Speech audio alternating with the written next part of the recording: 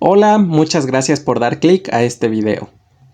A lo largo de la historia, el tema de la repartición de la riqueza ha sido uno de los más controversiales. Podemos encontrar antecedentes antiguos sobre él en Platón y Aristóteles, ya que Platón consideraba que todas las personas debían ganar lo mismo, y por el contrario, Aristóteles sostenía que cada persona debía obtener una ganancia diferente en función de su esfuerzo. Hoy en día, el antecedente reciente más notable de este tema lo hallamos en el capitalismo y en el socialismo. Es así que en afán de encontrar una manera en la que se reparta de manera más equitativa la riqueza, me di a la tarea de desarrollar un nuevo modelo que es el que presentaré en este video, el cual se basa en la repartición de las ocupaciones laborales. Para tal efecto, antes que nada, es necesario explicar que el modelo de trabajo actual consiste en que cada persona desempeña una sola ocupación durante toda su jornada laboral, es decir que, por ejemplo, un trabajador se dedica solamente a ser médico durante todo su día. Este modelo tiene como paradigma la competencia, en el sentido de que a cada persona le compete desempeñar una tarea en específico.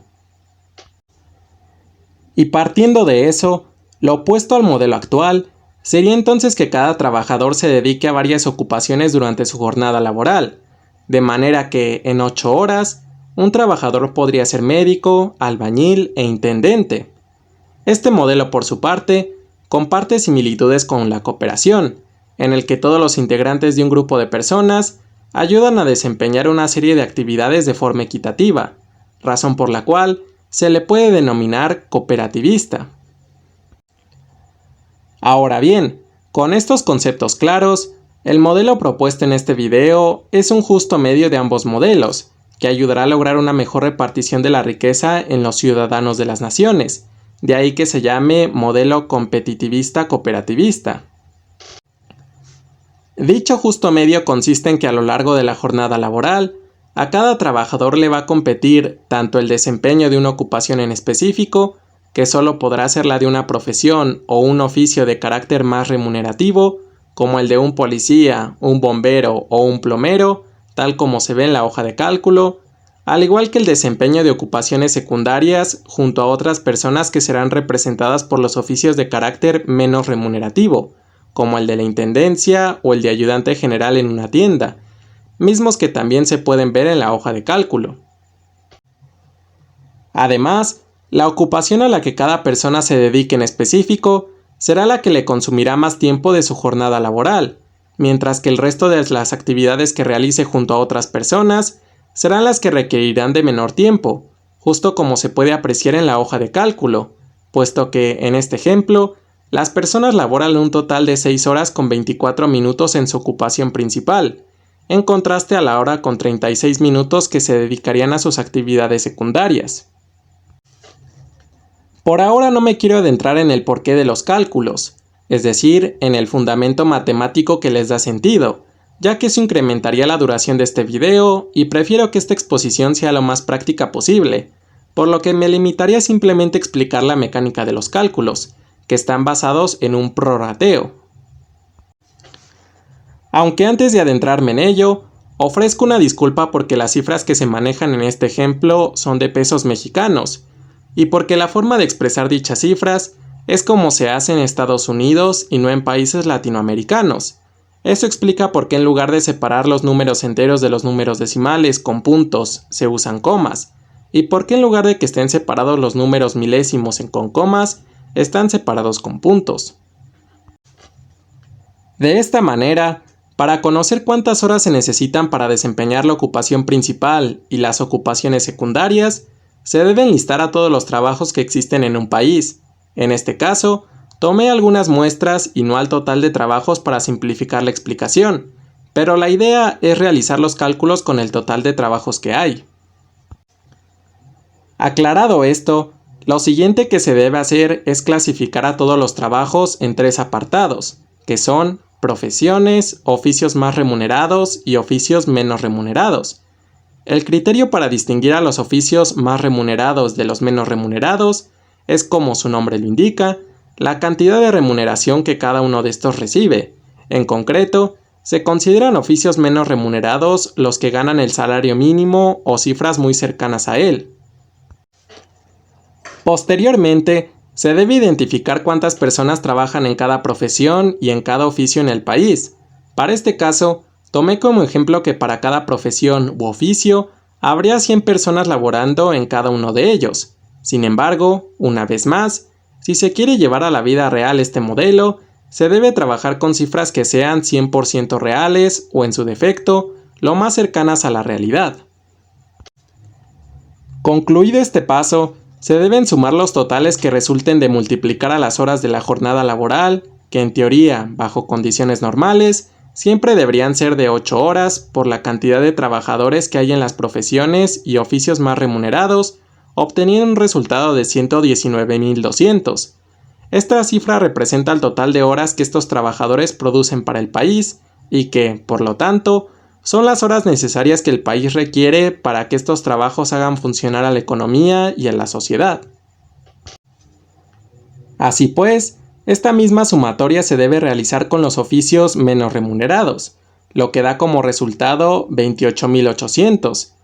E igualmente se deben sumar ambos totales, es decir, se debe sumar el total de horas producidas más el total de horas producidas por los oficios menos remunerados, obteniendo 148.000 como resultado. Y luego de esto, se debe dividir a la sumatoria de las profesiones y los oficios más remunerados, de 119.200, así como a la sumatoria de los oficios menos remunerados, de 28.800, entre la suma de 148.000. De aquí se obtienen dos porcentajes, cada uno de los cuales, al multiplicarse por 8, darán como resultado las horas requeridas para la ocupación principal y las ocupaciones secundarias, respectivamente. Pronto se notará que las horas no serán exactas, ya que los resultados son de 6.44 y 1.55 horas, para lo que cabe decir que es necesario redondear dichas cifras, quedando así en 6.4 y 1.6, que al sumarse dan un total de 8. Asimismo, es necesario transformar los números y decimales a horas y minutos, de forma que 6.4 equivale a 6 horas con 24 minutos y 1.6 equivale a 1 hora con 36 minutos. Ahora bien, con todo lo comentado hasta ahora, las claves fundamentales de este modelo son, en primer lugar, que a pesar de que una persona desempeñe 6 horas con 24 minutos de una ocupación principal y 1 hora con 36 minutos de una ocupación secundaria, no se retribuirá el sueldo correspondiente a la cantidad de horas que trabajen en cada ocupación, sino que se pagará el sueldo por concepto de profesión y oficios más remunerado, tal y como se aprecia en la hoja. Y en segundo que, en relación a las horas necesarias que el país requiere para que los trabajos hagan funcionar a la economía y a la sociedad, al reducir la jornada laboral de las profesiones y oficios más remunerados de 8 a 6 horas con 24 minutos, entonces se requerirá de una mayor cantidad de profesionistas y personas que se dediquen a los oficios más remunerados. Para saber la nueva cantidad de trabajadores que se necesitarán para cubrir con las necesidades de producción que tiene el país con respecto a estos trabajos, se debe dividir a la sumatoria antes obtenida de 28.800, que representa las horas producidas por los trabajadores de oficios menos remunerados, entre la sumatoria de 119.200, que representa las horas producidas por los trabajadores de profesiones y oficios más remunerados. Y al cociente que resulte de la división, que es de 0.35, 29, 41, 17, 65, se le debe sumar la unidad, de manera que se obtendrá un nuevo resultado de 1.35, 29, 41, 17, 65, que se multiplicará las cantidades de trabajadores que existen en cada profesión y oficio más remunerado. Así se sabrá cuál será la cantidad actualizada de trabajadores que se necesitan para cada profesión y oficio más remunerado, que en todos los casos será de aproximadamente 135 personas, dado que se tomó como ejemplo en cada profesión y oficio al número 100. La forma de comprobar que los cálculos son correctos es a través del total de trabajadores, del total de horas acumuladas por jornada laboral de todas las profesiones y oficios sin distinción, y por la cantidad de horas totales producidas por todos los trabajadores. Finalmente, con ambas claves se logrará que todas las personas trabajen la mayor parte de su tiempo en una profesión y en un oficio más remunerado, y que ganen un sueldo por el concepto de dicha profesión y oficio más remunerado, de suerte que nadie ganará los sueldos mal remunerados de los oficios que son, precisamente, menos remunerados.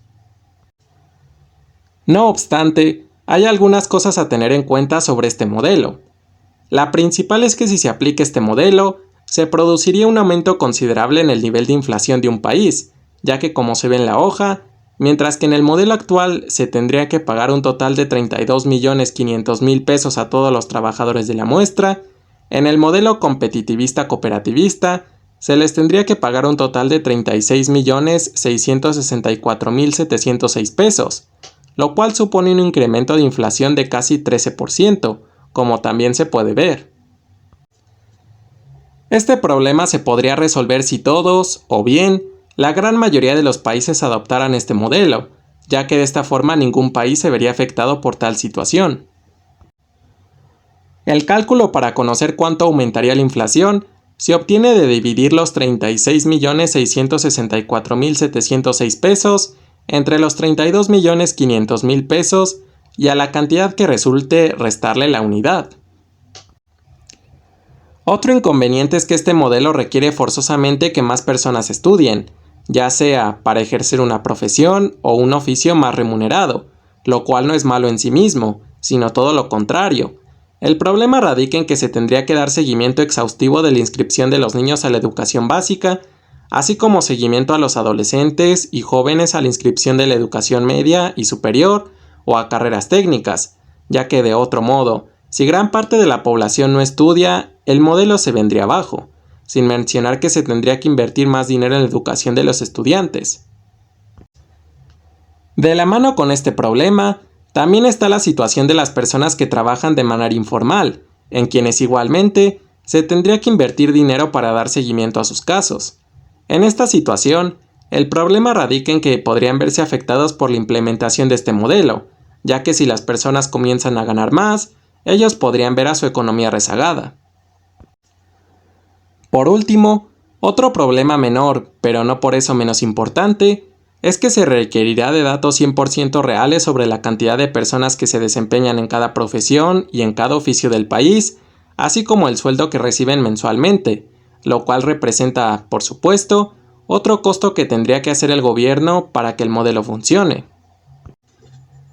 Y con esto cabe destacar que para obtener las cifras de cuántas horas se tendrían que destinar para la ocupación principal y las ocupaciones secundarias reales de un país, se requiere de la misma mecánica de cálculo. De hecho, en esta misma hoja se podrían añadir más profesiones y oficios y se podría cambiar a las cifras del salario mensual promedio y la cantidad de trabajadores por los datos reales, justo como se ve en esta segunda hoja de cálculo, que está basada en la primera, la cual busca hacer una aproximación más real. Ya para concluir, me gustaría decir que se podría aceptar un caso hipotético en el que una persona desee trabajar el total de su jornada laboral en algún oficio menos remunerado, además de que se le podría otorgar, en adición a su sueldo, una remuneración extra para que su economía no se vea tan perjudicada en detrimento de la economía favorecida de los demás trabajadores. Por otro lado, una propuesta adicional es que los oficios más remunerados se conviertan, o bien, se sustituyan por nuevas profesiones que, por lo tanto, obligan a que las personas que se especialicen en ellas reciban una mayor remuneración, en el entendido de que el factor que determina qué tanto se gana en cada profesión u oficio es el tiempo, cantidad y dificultad de conocimiento que éstas implican. Incluso considero importante este cambio en un mediano plazo, porque la tendencia indica que cada vez más personas se titularán y se convertirán en profesionistas, dejando cada vez más en el olvido a los oficios, razón por la cual, si estos se convierten en profesiones, las personas nuevamente se sentirán atraídas por estudiarlas y ejercerlas, además de que todos nos beneficiaremos si los oficios se convierten en profesiones que cubran a más actividades. Por ejemplo, un policía con más conocimiento se podría especializar en primeros auxilios y así ayudar a salvar la vida de mucha gente, aumentando su sueldo por ello, O un plomero podría especializarse en atender a otras áreas de una casa, y con ello también podría ganar más dinero. Y en última instancia, veo importante decir que este modelo, en caso de aprobarse por los poderes políticos de alguno o varios países, no se puede aplicar a partir de los próximos meses y quizá ni siquiera dentro de los próximos 2 años como menos. Esto debido a que sería muy complicado que las personas que trabajan como intendentes estudien una carrera y pronto se adapten a trabajar de ella, y a su vez, quizá haya personas que rechacen dedicar una parte de su jornada laboral a labores de limpieza o de ayudantes generales. Así que este modelo debe considerarse más como un proyecto a futuro para las nuevas generaciones, pues además de solucionar a todos los problemas anteriores, este modelo requiere que la sociedad esté educada para ayudar trabajando en labores de limpieza o como ayudantes, una educación que muy posiblemente sea difícil de cambiar en un adulto, por lo cual se debe empezar desde cero en los niños y en los futuros niños del mundo. O quizá no, quizá sí se pueda reeducar a todas las personas e implementar este modelo más pronto, pero esto habría de ser evaluado, exactamente igual que la funcionalidad del modelo en sí mismo. Nuevamente les agradezco por ver este video, espero que les haya gustado y me encantaría conocer su opinión.